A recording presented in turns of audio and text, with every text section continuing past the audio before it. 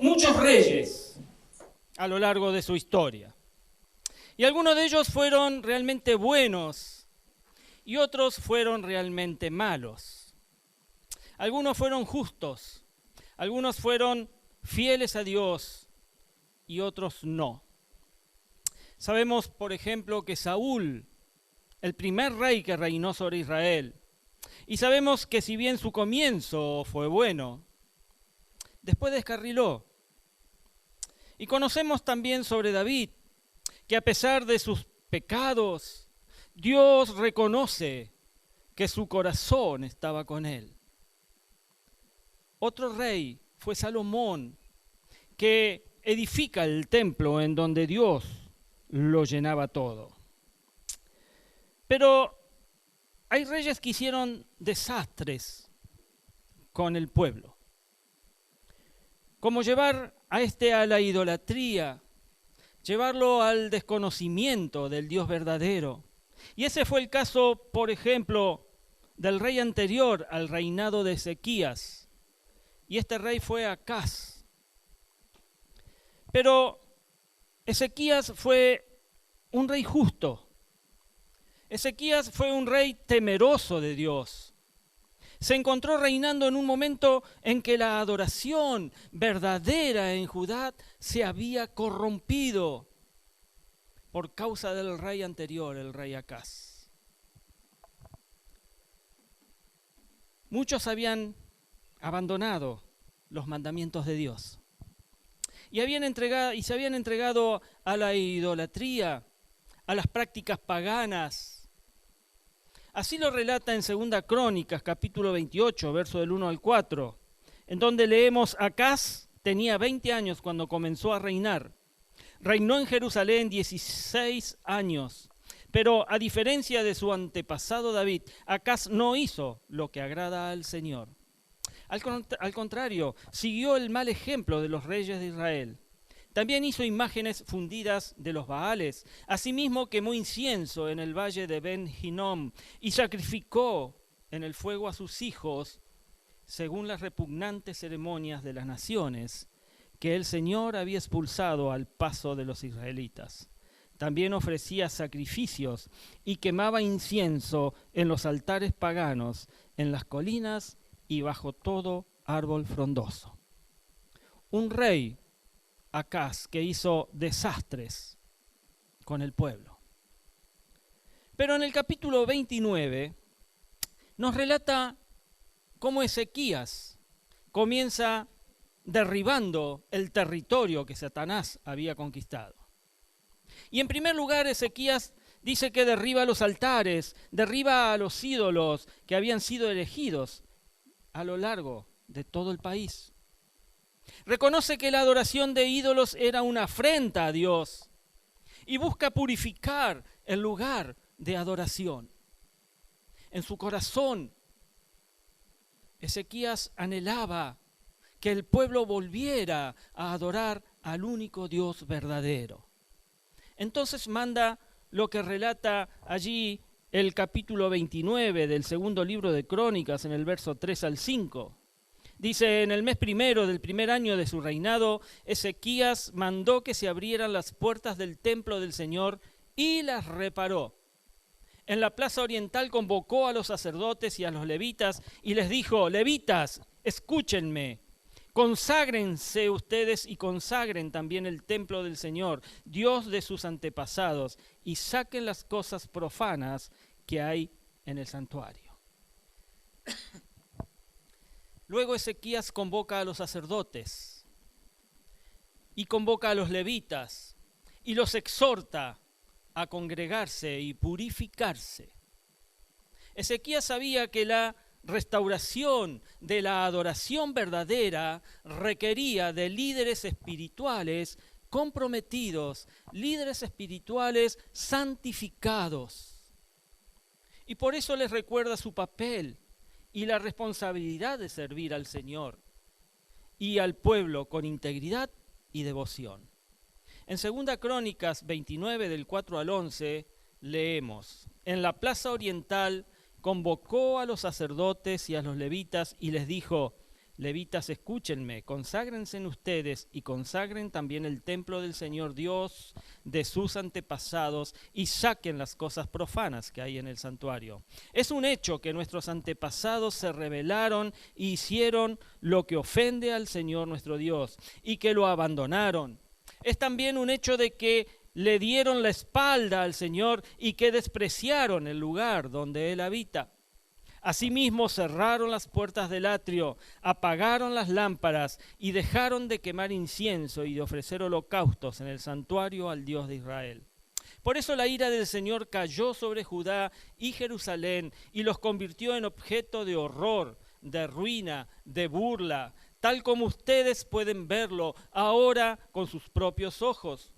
Por eso nuestros antepasados murieron a filo de espada, y nuestros hijos, nuestras hijas y nuestras mujeres fueron llevados al cautiverio. Yo me propongo ahora hacer un pacto con el Señor, Dios de Israel, para que retire de nosotros su ardiente ira. Así que, hijos míos, no sean negligentes, pues el Señor los ha escogido a ustedes para que estén en su presencia, le sirvan, sean sus ministros y le quemen incienso. Ezequías establece los sacrificios y ofrendas prescritas por la ley de Moisés de nuevo.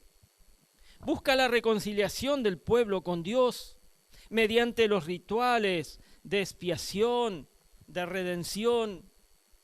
Su deseo era que la nación entera experimentara el perdón y la restauración divina.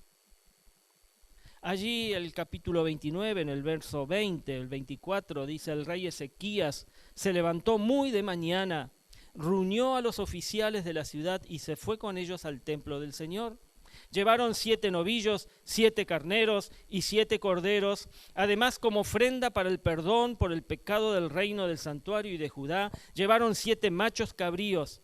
El rey ordenó a los sacerdotes descendientes de Aarón que los ofrecieran en holocausto sobre el altar del Señor. Los sacerdotes sacrificaron los toros, recogieron la sangre y la rociaron sobre el altar. Luego mataron los carneros y rociaron la sangre sobre el altar. Después mataron los corderos y rociaron la sangre sobre el altar. Finalmente a los machos cabríos de la ofrenda por el pecado los llevaron y los colocaron delante del rey y de la asamblea para que pusieran las manos sobre ellos. Luego los mataron y rociaron la sangre sobre el altar, como un sacrificio para obtener el perdón por el pecado de todo Israel, pues el rey había ordenado que el holocausto y el sacrificio por el pecado se ofrecieran por todo Israel. La historia de Ezequías nos enseña la importancia de la adoración verdadera en nuestra vida, iglesia. Al igual que él, nosotros debemos examinar nuestro corazón y tenemos que deshacernos de cualquier forma de idolatría o práctica pecaminosa que nos pueda alejar de la presencia de Dios. Debemos buscar la pureza, debemos buscar la consagración, tanto en nuestra vida personal como en nuestra adoración comunitaria, como iglesia. La restauración de la adoración verdadera implica obedecer los mandamientos de Dios y ofrecerle nuestros corazones sinceros y humildes a Él. Hoy en día podemos aplicar estos principios a nuestra vida espiritual. Debemos examinar nuestras prioridades. Debemos asegurarnos de que Dios ocupe el primer lugar en tu vida, en mi vida, en la vida de cada uno. Debemos purificar nuestra adoración, desechando cualquier forma de idolatría o superficialidad. Asimismo, debemos buscar líderes espirituales comprometidos, líderes espirituales guiados por la palabra de Dios. Porque la restauración de la adoración verdadera trae consigo la bendición de Dios. Te lo vuelvo a repetir, la restauración de la adoración verdadera trae consigo la bendición de Dios y nos acerca a una relación íntima con Él. Es por esto, y ya terminando esta introducción, que quiero que examinemos hoy cómo podemos aplicar estos principios a nuestra vida. Y el texto dice que Ezequías lo primero que hizo, abrir las puertas del templo. El verso 3 dice, en el mes primero del primer año de su reinado, Ezequías mandó que se abrieran las puertas del templo del Señor y las reparó. Ezequías, como rey justo, como rey temeroso de Dios, entendió la relevancia de abrir las puertas del templo para la adoración y el servicio a Dios. Aquí vemos que se menciona que Ezequías, dice, abrió las puertas de la casa del Señor. Y esta acción fue significativa, ya que simbolizaba una invitación a Dios, una invitación para que entrara y habitara entre su pueblo. El pueblo lo había dejado afuera totalmente. De manera similar, mis hermanos, en nuestras vidas, abrir las puertas del templo del corazón significa permitir que Dios tenga acceso total y libre en cada área de nuestra existencia. Es un acto de rendición, es un acto de entrega total. Al abrir tus puertas a Dios, le estás dando la bienvenida en tu vida para que te transforme, te guíe y te dirija. Este es el comienzo de la adoración verdadera. Al abrir las puertas del templo, Ezequías demostró su deseo, ese deseo de tener una relación genuina con Dios, el deseo de someterse a su voluntad. Asimismo, nosotros también, iglesia, debemos tener ese anhelo, ese deseo, esa disposición de abrir nuestras puertas y entregarle el control a Dios. Es un acto de confianza, es un acto de reconocimiento de que Él, Dios soberano, es el único digno de ser adorado y seguido por cada uno de nosotros. Amén. En la actualidad, abrir las puertas del templo de nuestro corazón implica invitar a Dios a habitar en nosotros a través de su Espíritu Santo. Significa permitir que su amor, su gracia, su sabiduría llenen cada rincón de nuestra vida, cada rincón de tu vida. Al abrir las puertas estás abriendo tu ser. ¿A qué cosa? Estás abriendo tu ser a la influencia transformadora del Señor. Además, al abrir las puertas del templo, Ezequías estaba invitando a toda la nación a unirse a él en la adoración y el servicio a Dios. Y del mismo modo, cuando abrimos nuestras puertas al Señor, ¿sabes qué estamos haciendo? Estamos invitando a otros a experimentar su amor, a experimentar su salvación a través de nosotros, a través de tu vida. Y nuestra vida y testimonio entonces se convierte en un testimonio vivo de la presencia de Dios en cada uno de nosotros. La apertura de las puertas del templo por parte de Ezequías simboliza la importancia de abrir nuestro corazón, de permitir que Dios entre en nuestra vida. Hoy debemos seguir este ejemplo. Debemos seguir el ejemplo de Ezequías y abrir nuestras puertas al Señor, invitándolo a habitar en nosotros y transformar cada aspecto de nuestra existencia. Al hacerlo, mi amado, vas a experimentar ese amor, vas a experimentar su dirección, vas a tener la experiencia y el propósito en tu vida que Él tiene preparado para vos. Y serás un testimonio vivo de su gracia para aquellos que te rodean. Testimonio vivo para tu familia, para tus amigos, en tu trabajo, en donde te encuentres. Amén. En segundo lugar, Ezequías purificó el templo y purificó a los sacerdotes.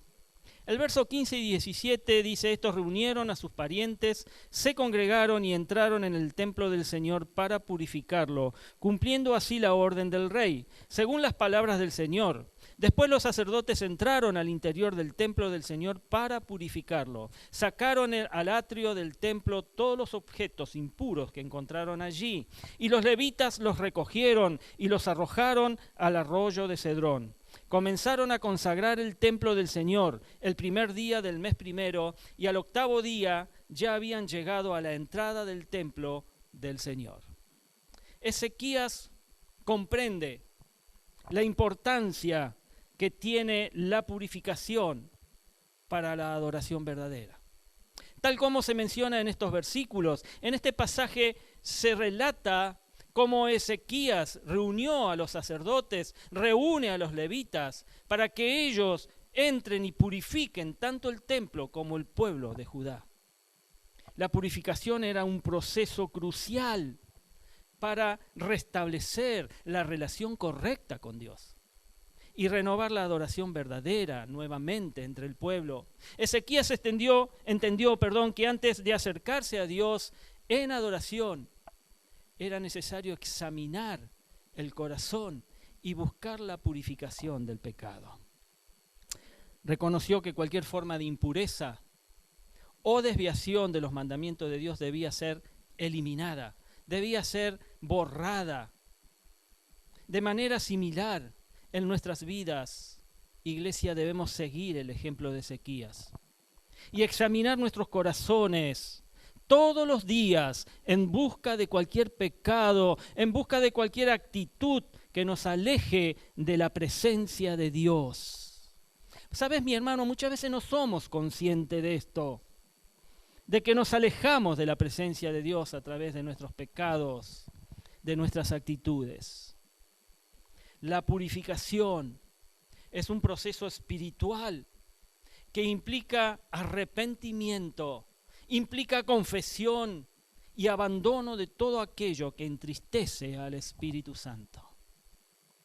El examen de nuestros corazones nos permite identificar áreas en las que hemos caído en pecado, como el egoísmo, como puede ser la envidia, como puede ser la ira, la mentira o cualquier otra actitud pecaminosa, porque al reconocer estos pecados es cuando podemos confesarlos a Dios y recibir su perdón y la restauración. La purificación, mi hermano, también involucra renovar nuestra mente y nuestro corazón mediante la palabra de Dios. Es importante sumergirnos en la Biblia, zambullirnos allí, nadar entre sus páginas y permitir que sus enseñanzas nos transformen. A medida que nos llenamos de la verdad, a medida que nos llenamos de los principios de Dios, su Espíritu Santo nos guiará hacia la pureza y la santidad. Esa santidad que Él espera de cada uno de nosotros. Dios, su Espíritu Santo, nos guiará hacia esa pureza y hacia esa santidad. Al buscar la purificación, abrimos el camino para una adoración verdadera, una adoración sincera, porque nuestro corazón va a estar renovado, va a ser purificado, y nuestro corazón es un lugar adecuado para que Dios habite y sea adorado. Y esto hace que nos acerquemos a Él con una actitud de humildad, con una actitud de reverencia, con una actitud de gratitud, reconociendo su santidad y nuestro anhelo de obedecer en todo, en todo. La historia de Ezequías nos enseña la importancia de la purificación para la adoración verdadera. Vos querés ser un adorador verdadero, empezá a purificar tu vida a través de la palabra de Dios. Me hace consciente que en mi vida debo examinar mi corazón. Me hace consciente de buscar la purificación del pecado, tanto mediante ya sea el arrepentimiento, ya sea la confesión, como mediante la renovación de mi mente con la palabra de Dios. Y al hacerlo me acerco a Dios, Cada vez que lo haga me voy a acercar un poco más a Dios con un corazón limpio y dispuesto a adorarle con sincera devoción. Amén. Bien, el tercer paso que dio Ezequías fue el de restaurar los sacrificios y las ofrendas. El verso 27 y 28 dice: entonces Ezequías ordenó que se ofreciera el holocausto sobre el altar. En cuanto comenzó el holocausto, comenzaron también los cantos al Señor y el toque de trompetas, acompañado de los instrumentos musicales de David, rey de Israel. Toda la asamblea permaneció postrada hasta que terminó el holocausto, mientras los cantores entonaban los cantos y los trompetistas hacían resonar sus instrumentos. Ezequías, en ese afán que tenía de restaurar la adoración verdadera, reconoce la importancia de los sacrificios, de las ofrendas. Esas ofrendas y sacrificios prescriptas por la ley de Moisés, tal como se registra en los versículos que acabamos de leer. Él comprendió que estos actos de devoción eran esenciales para restablecer la comunión con Dios y demostrarle reverencia y gratitud. Al restablecer los sacrificios y las ofrendas, Ezequías buscaba la reconciliación del pueblo con Dios. Él quería que el pueblo se volviera a reconciliar con su Dios. Y estos rituales eran una manera de buscar ese perdón, de encontrar la purificación para los pecados, así como de expresar gratitud y compromiso hacia el Señor. Al ofrecer sacrificios y ofrendas conforme a la ley, Ezequías buscaba restablecer esa relación correcta que el pueblo tenía que tener con Dios y renovar la alianza con Él. Hoy en día, mis amados, si bien los sacrificios y las ofrendas prescritas por la ley mosaica ya no son necesarios debido al sacrificio perfecto que hizo Jesucristo en la cruz, aún podemos aplicar el principio espiritual que representa cómo creyentes debemos ofrecer nuestros sacrificios de alabanza y de servicio a Dios. El sacrificio de alabanza y servicio implica ofrecerle a Dios nuestra gratitud, nuestra adoración, nuestro reconocimiento por su bondad, como cantábamos hoy, y su fidelidad en nuestras vidas. Es un acto de humildad, es un acto de reverencia hacia Él, reconociendo que todo lo que tenemos proviene de su mano. El sacrificio de servicio, por otro lado, implica ofrecerle a Dios tu vida, ofrecerle a Dios tus habilidades para su obra y para bendición de los demás. Y este es un acto de entrega, es un acto de obediencia, poniendo tus dones, poniendo tus talentos al servicio de Dios y de su reino. Iglesia, ofrecer sacrificios de alabanza y servicio implica un compromiso constante y sincero con Dios. No se trata solo de palabras, no se trata solo de acciones externas, sino de un corazón rendido y dispuesto a honrar a Dios en todo momento. Significa vivir en obediencia a su palabra y permitir que el Espíritu Santo te guíe en cada área de tu vida. Porque al ofrecer tus sacrificios de alabanza y de servicio, vas a experimentar una relación más profunda con Dios.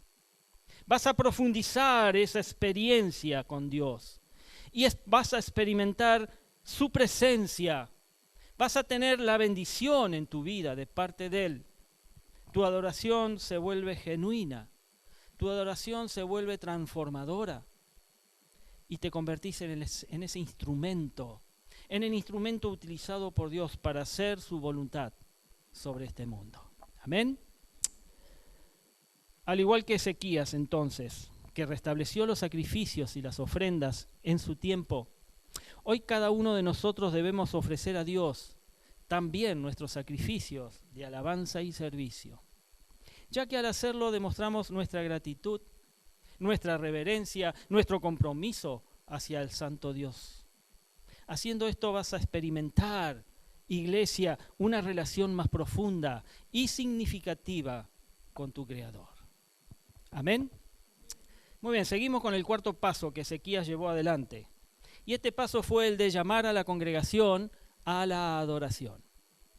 Versos 30 y 31 dice el rey Ezequías: y los oficiales ordenaron a los levitas que cantaran al Señor las alabanzas que David y Asaf, el vidente, habían compuesto. Los levitas lo hicieron con alegría y se postraron en adoración. Luego Ezequías dijo: ahora que ustedes se han consagrado al Señor, acérquense y preséntenle en su templo los sacrificios y las ofrendas de acción de gracias. Las ofrendas de acción de gracias. Así que la asamblea llevó sacrificios y ofrendas de acción de gracias, y todos los que dispusieron su corazón llevaron holocaustos. Aquí el rey Ezequías, consciente de la importancia que tenía la adoración comunitaria, la adoración como pueblo congregado en el templo, convocó a todo el pueblo de Judá para que se unieran en un acto de adoración al Señor. Como lo hacemos cada domingo, como lo hacemos cada jueves. El Señor te convoca a ese acto de adoración que le tenemos que rendir a Él. Debemos reconocer que la adoración no era solo un asunto personal, sino también era un acto que debía ser compartido en comunidad. Vos podés adorar en tu casa, mi amado, mi amada. Podés cantar, podés adorar, podés orar, presentarte delante del Señor. Pero cuando nos juntamos aquí como iglesia, esa adoración se potencia. Y esto Ezequías entendió que debía ser compartido en comunidad. Al convocar a todo el pueblo para adorar al Señor juntos, Ezequías buscaba fomentar esa unidad, esa comunión entre ellos. Sabía que al reunirse como un cuerpo de creyentes podía fortalecerse mutuamente. Vos hoy te estás fortaleciendo con el que tenés a tu lado cuando alaba, cuando adora. Podían animarse en la fe y magnificar la grandeza de Dios en una forma más poderosa. Hoy en día seguimos el ejemplo de Ezequías al reunirnos como iglesia para adorar a Dios en comunidad, como cuerpo. La adoración en conjunto, pues nos permite experimentar la presencia de Dios de una manera especial y fortalecernos mutuamente en la fe. Mirá al que tenés a tu lado. Ese es el que te está fortaleciendo cuando alabás junto con Él delante del Señor. Y en la comunión y el compañerismo con otros creyentes es cuando podemos compartir nuestras experiencias espirituales. Como lo hacemos los días jueves, cuando contamos los testimonios de cómo Dios obra en nuestra vida. Eso edifica, mi hermano. Orar unos por otros y recibir enseñanza bíblica para nuestro crecimiento espiritual también es parte de estar en comunidad como cuerpo. La adoración comunitaria también nos brinda la oportunidad de unir nuestras voces en alabanza, en gratitud a Dios. No importa si lo haces bien o lo haces mal o lo haces más o menos, porque al cantar todos juntos las canciones de adoración, nos animamos unos a otros y proclamamos la grandeza de nuestro Dios. Además, la predicación, la enseñanza de la palabra de Dios nos nutre y desafían a crecer en nuestra fe y en nuestra obediencia. Yo espero que este sea el resultado en esta mañana. Que a ti te desafíe, mi hermano, mi hermana, a crecer en fe y en obediencia. Al reunirnos como iglesias para adorar, también ejercemos nuestra responsabilidad, esa responsabilidad de edificar y fortalecer a los demás. Nuestras palabras de aliento, nuestras oraciones y nuestro amor mutuo son expresiones concretas de la adoración a Dios. Además, nos damos cuenta de que no estamos solos. No estás solo, mi hermano. No estás solo en tu caminar, sino que somos parte de una familia espiritual más amplia que comparte nuestras alegrías y comparte nuestras cargas. Amén. Siguiendo el ejemplo de Ezequías, hoy debemos reunirnos como iglesia para adorar y alabar a Dios en comunidad. La adoración comunitaria nos brinda la oportunidad de experimentar esa presencia de Dios. Nos brinda la oportunidad de fortalecernos unos a otros y de proclamar su grandeza. Además, nos desafía a crecer en nuestra fe. Nos desafía y nos permite ejercer nuestra responsabilidad de edificar y fortalecer a los demás. Porque al reunirte o al reunirnos para adorar, estamos glorificando a Dios, estamos experimentando el gozo, la plenitud de una relación íntima con nuestro Creador y Salvador. Amén. Muy bien, y por último, la quinta y última acción que llevó adelante Ezequías fue la de enseñar la importancia que tiene la obediencia. El verso 34 dice, pero como los sacerdotes eran pocos y no podían desollar todos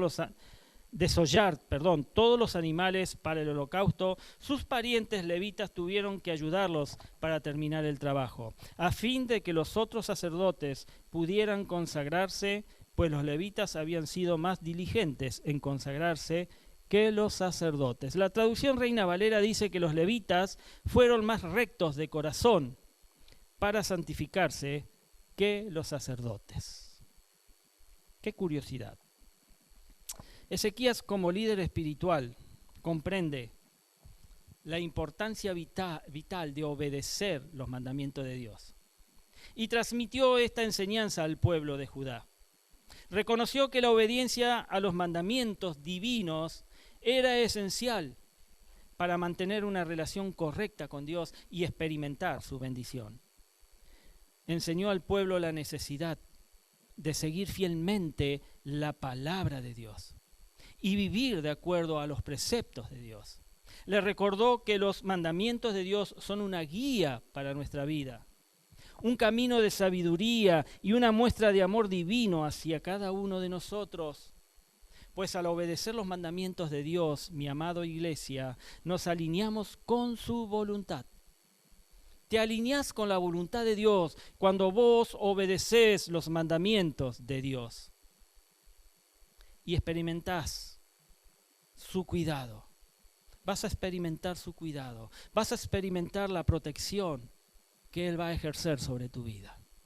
Hoy en día la enseñanza de Ezequías sigue siendo relevante para nosotros. Es importante que aprendamos de este rey. Debemos ser obedientes a la palabra de Dios y vivir de acuerdo a sus mandamientos. Y esto implica más que simplemente conocer intelectualmente los mandamientos, porque yo sé que vos los conocés. Vos conocés los mandamientos del Señor. Sino que se trata de que los apliques a tu vida.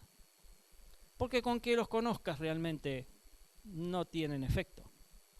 Los mandamientos de Dios los tenés que aplicar a tu vida diaria y permitir que transformen tus actitudes, tus pensamientos y tus acciones. La obediencia a los mandamientos de Dios te va a guiar a tomar decisiones sabias, justas. Te va a ayudar a evitar el pecado y las trampas que el mundo te va a tender o va a intentar hacerlo. Y te va a capacitar para vivir una vida que honre a Dios y ésta sea de testimonio de su amor y de su gracia. Amén. Vaya pasando a adoración, por favor. Al obedecer a Dios, nos apartamos del mal y caminamos en la senda de la bendición. Transitamos sobre la senda de la vida abundante. Esa vida abundante que Él nos ha prometido a cada uno. Ser obedientes a la palabra de Dios también implica rendirse a su autoridad y confiar en su sabiduría. Significa someter tus deseos y someter tu voluntad a Dios al 100%, reconociendo que Él sabe lo que es mejor para vos, lo que es mejor para cada uno de nosotros. Y cuando somos obedientes, vamos a expresar nuestra reverencia y vamos a demostrar nuestro amor por Dios, demostrando que su palabra es el fundamento de nuestra fe. La Biblia es el fundamento de nuestra fe y nuestro guía para vivir una vida plena y significativa. Además, la obediencia a los mandamientos de Dios nos permite ser testimonios vivos de su amor, de su gracia en el mundo en que habitamos. Cuando vivimos de acuerdo con los principios bíblicos, mi amada iglesia, vamos a reflejar la imagen de Cristo y vamos a atraernos hacia Él y vamos a atraer a otros hacia Él.